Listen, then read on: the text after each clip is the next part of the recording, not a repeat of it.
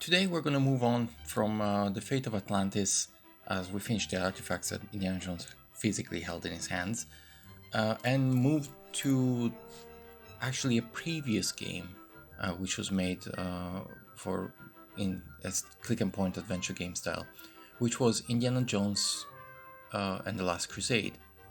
It was directly taken from the film and had a little bit of modifications from the film, but not much, so it basically looked like the film from the start till the end. Therefore, this is going to go back and forth between film and game. The game starts with one of the most interesting artifacts that I've seen Indiana Jones hold, and also one which was not actually real, never existed, which was the Cross of Coronado. According to things written about Indiana Jones, which may either be from official sites or not, or from books, or from novels, or from script, the Cross of Coronado was later associated with Spanish conquistadores, but it was actually originally from much earlier.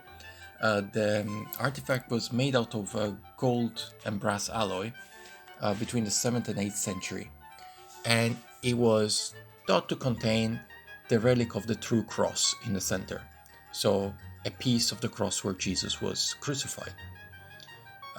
It was then connected to Emperor Justinian and held an inscription which was nearly identical to the Crux Vaticana, which predated it.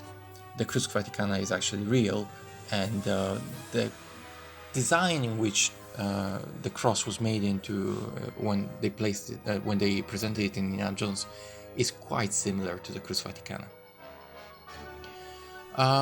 So, according still to Indiana Jones trivia, around the 16th century, the cross was affixed, attached to a larger cross with solid golden pearls. So basically, just the middle was the original cross, and everything else looked very fancy, big, and heavy, like Spanish really liked during that period. And in 1520, Hernando Cortés, according still to the Treaty of Indiana Jones, gave it to Francisco Vasquez de Coronado, which was another explorer, which we will go on into more details later on. The problem with this part is that Francisco Vasquez de Coronado would have been only 10 to 11 years old at this point and still in Spain. So it would be impossible for Hernando Cortés to have given it to him during that period, or at all. So, you know how the story goes. The guy at the start of Indiana Jones,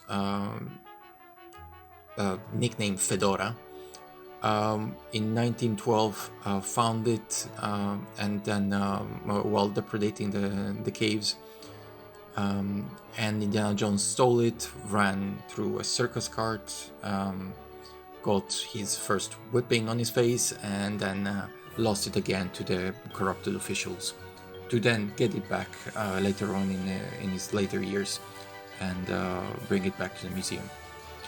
But the interesting part about this explanation about what where the cross came from and who possessed it was actually the person who was supposedly in possession of it and then later on died with it, which was Francisco Vasquez de Coronado.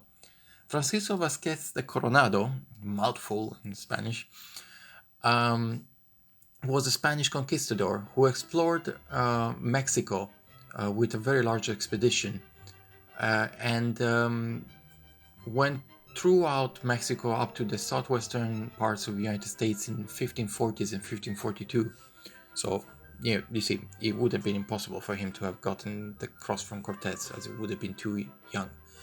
But what Coronado was looking for was actually the cities of Cibola, an ancient rumor that came about with conquistadores. I mean, you have to think that they were looking for pure gold to bring back to Spain.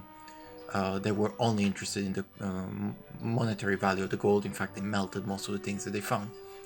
And the cities of Cibola were later on associated and imprinted in the legend of the mystical Seven Cities of Gold, which ended up being a fan-made Indiana Jones game, which is still in the process of making and may never be finished, but would have been, first of all, a great Indiana Jones game, almost at the level of The Fate of Atlantis, and also might have been even a better film than Indiana Jones and the King of the Crystal Skull.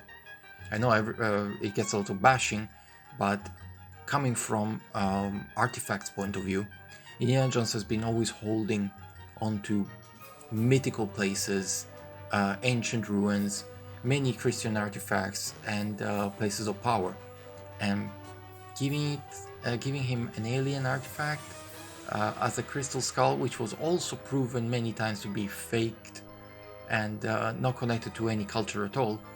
It's kind of a way off approach to the Indiana Jones type of films and games and everything that came with it. So that is actually one of the propositions that I will do when I will later on make a video which artifacts and places should be placed in the new Indiana Jones.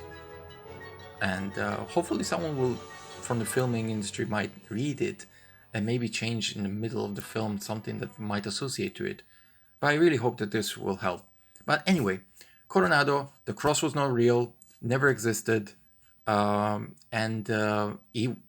his story about the Seven Cities of Gold is much way more interesting story than both the cross and the Kingdom of Crystal Skull. Let me know what you think in the comments below, and subscribe if you like this video.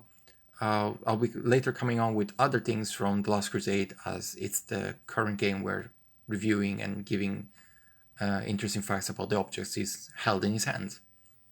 See you later, and bye bye.